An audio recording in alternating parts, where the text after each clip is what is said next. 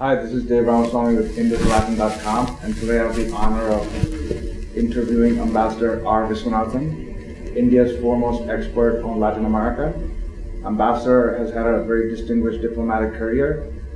He was the Consul General in Brazil in Sao Paulo from 1996 to 2000. He was Ambassador to Venezuela from 2000 to 2003, and he headed the Latin America desk at the Ministry of External Affairs in India from 2003 to 2007. And since October of 2007, he has been the Ambassador of India to Uruguay, Argentina, and Paraguay. Welcome, Ambassador. Thank you. You know, you're passionate about Latin America, and since your first time here 15 years ago, what has kept the passion going? It's not that the passion has been kept going, the passion has increased and intensified. Every time I discover new things, meet new people, get new inspiration. So it's much more than what I started in 15 years back. Okay, that's wonderful to hear. But the most people ask me all the time, what is it that make you passionate about Latin America? It's the people. The Latin Americans are wonderful people. The warmth, the hospitality, the friendship, the bonding. That's why I say that, you know, I like the Latin Americans for their imperfections. Like we are Indians. Sure. They don't expect perfection from you. Sure. So that I think is what makes them bond with the Indians easily, and for us too. Sure.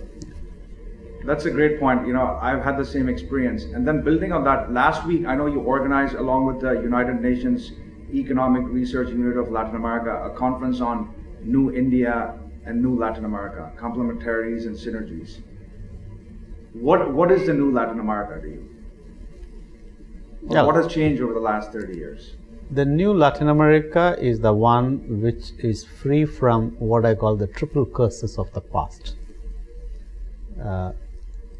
The hyperinflation, debt, and fluctuation of exchange rate and currencies. Even as late as 1989, Argentina had 3,000% inflation. Yeah. But now, in the last decade, the average inflation has been in single digit. Yeah. And the highest inflation even now is in double digit amount, 25% or so in Venezuela. So the hyperinflation has been tamed decisively and irreversibly. So I don't expect the inflation to go to 3,000%. That is one. Yeah. Second, the region suffered from excessive debt. In the 70s and 80s. Yes. Yeah. And so, you know, when the IMF officials used to visit Latin America, the governments were trembling. Yeah. But now, who trembles is the IMF. Sure. 2 weeks back, Lagarde, the executive director of IMF, she visited Brazil and Mexico, and she was trembling while requesting for help from Brazil to fund IMF for rescuing Europe. Yeah. And it's ironic. Earlier, the IMF used to put conditionalities when they gave funds to Latin America. Sure. Where you must tighten your belt, you must have fiscal discipline. So this time the Brazilian finance minister told this IMF lady, Sure. well, so you must do reform within IMF, and the Europeans must exercise discipline. It's Yeah. fantastic. Thirdly, in Latin America there used to be confusion of currencies, the exchange rates, devaluation, uncertainty. Sure. But not now. Yeah. Now this again has become a thing of the past. Now the currencies and exchange rates have stabilized Yeah. and become predictable. So Sure. people can plan for tomorrow, next year, next 2-3 years. So this is the fundamental change which makes this region as a new Latin America.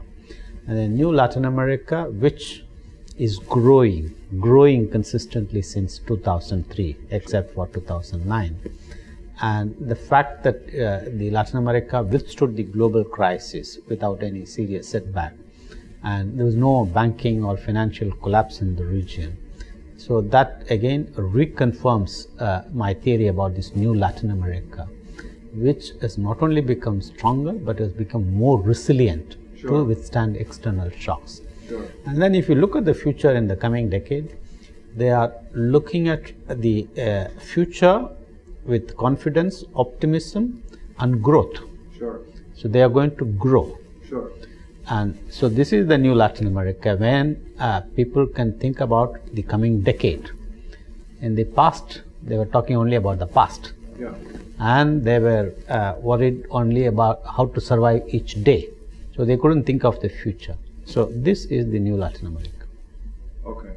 So from what you've said, summarizing that, it's essentially this institutional reforms have happened, structural reforms have happened, which in a very ironic way puts Latin America ahead of countries in Europe now. And that combined with, the strong commodity boom, like you said, from 2003, has put these countries on a path to growth. Building on that, historically, Latin America has not really looked at India as a strategic partner or a policy partner or an economic partner. Why do you think India in the next coming decades can be a good partner for Latin America? Well, it's not only Latin America. For the whole world, India is becoming increasingly important because India is, according to projections, is going to be the third largest economy by 2040 or so. And it's going to have the largest population. And it has got this new paradigm of high growth rate. And it has got this fantastic human resources, particularly in technology. And it has got these entrepreneurs who are confident and who are globalizing. So this makes India attractive for the whole world. And naturally, it is attractive to Latin America too. And it is even more important for Latin America because now the traditional partners, Europe and United States, they are not importing as much as they used to get from import from Latin America. And the sources of credit from these two regions is drying up. There is no more fresh investment coming from here, not as much. So they look to India because India is not only a market for their products and exports, but is also a new source of investment and technology and even new concepts like the interaction of Indian IT companies with the Latin Americans. It has created a new culture of Latin Americans gaining more confidence, being able to deal with the new world of IT. Okay. Those are some good points. I mean, kind of building on that, you said that how India's technology growing market, big youth population is like a magnet, not just for Latin America, but to the world. And the experience of Indian IT companies in Latin America over the last 10 years has given them a comfort and kind of looking up to Indian technology and expertise in IT. Can you talk a little more about that? What is the qualitative difference or what's so special about Indian IT investment in Latin America? Firstly, people tend to compare India and China. Now, China is seen in the region as a country which is coming into extractive industries, into natural resources, mining and petroleum. Whereas when they look at India, what strikes everyone is that Indian IT companies are employing 20,000 Latin Americans across Latin America from Mexico to Chile. And these companies want to expand, they want to employ more people. Now this, I would say, is a kind of contribution of India to the human resource development of Latin America. Because it's not only jobs and dollars, but the Indian companies give training to these people, prepare them for this new knowledge society and the new information society. So this is something fantastic, which the local companies are unable to give. So this is a value addition to the society of Latin America, which is valuable. The second value addition which Indian IT companies give to Latin Americans is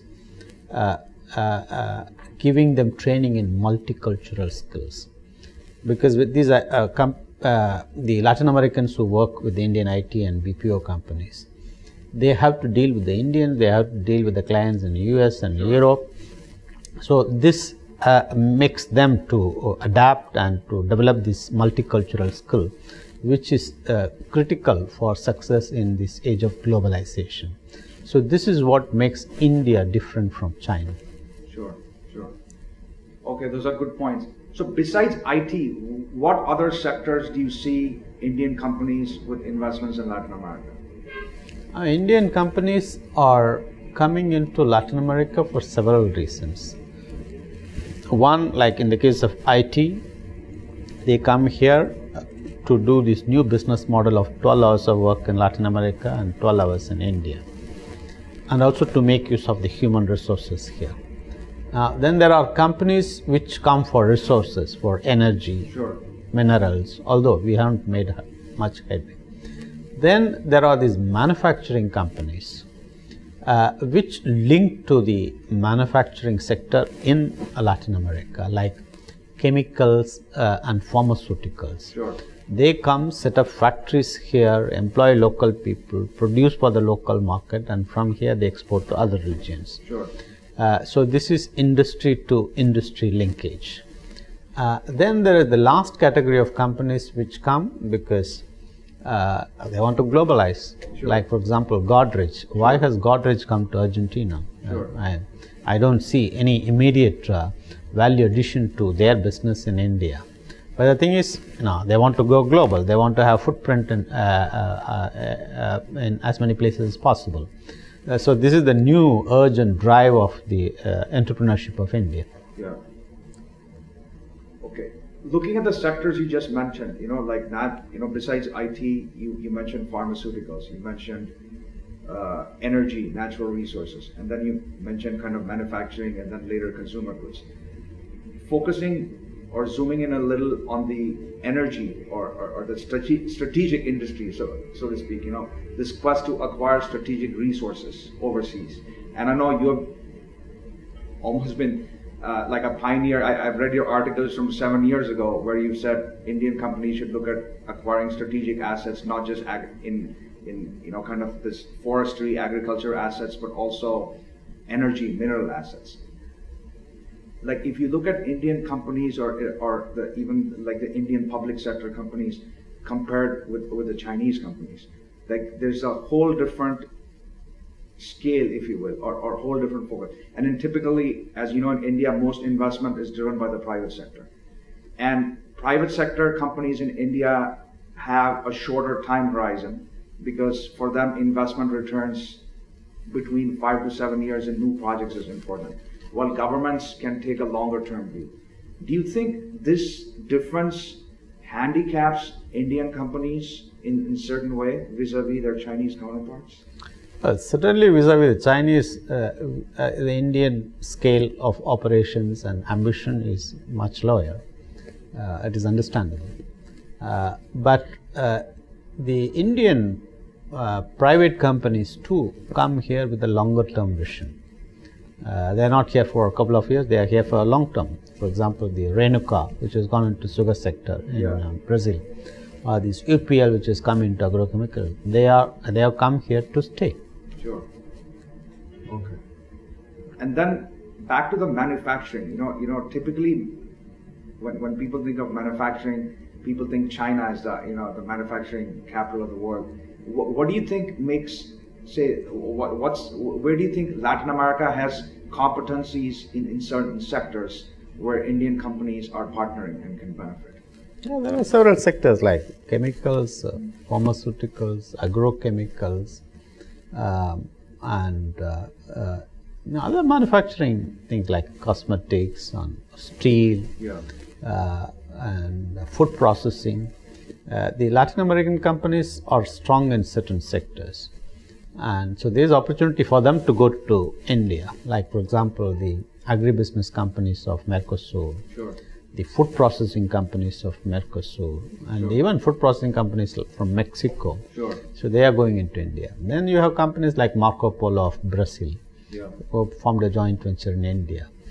So there are niche areas in which Latin American companies have competitive edge. Sure. And they can go in, like for example, this Peruvian company called the AHE Group. Yes. They have gone into soft drinks business in India, which is amazing. Sure. To compete with Coca-Cola and Pepsi-Cola.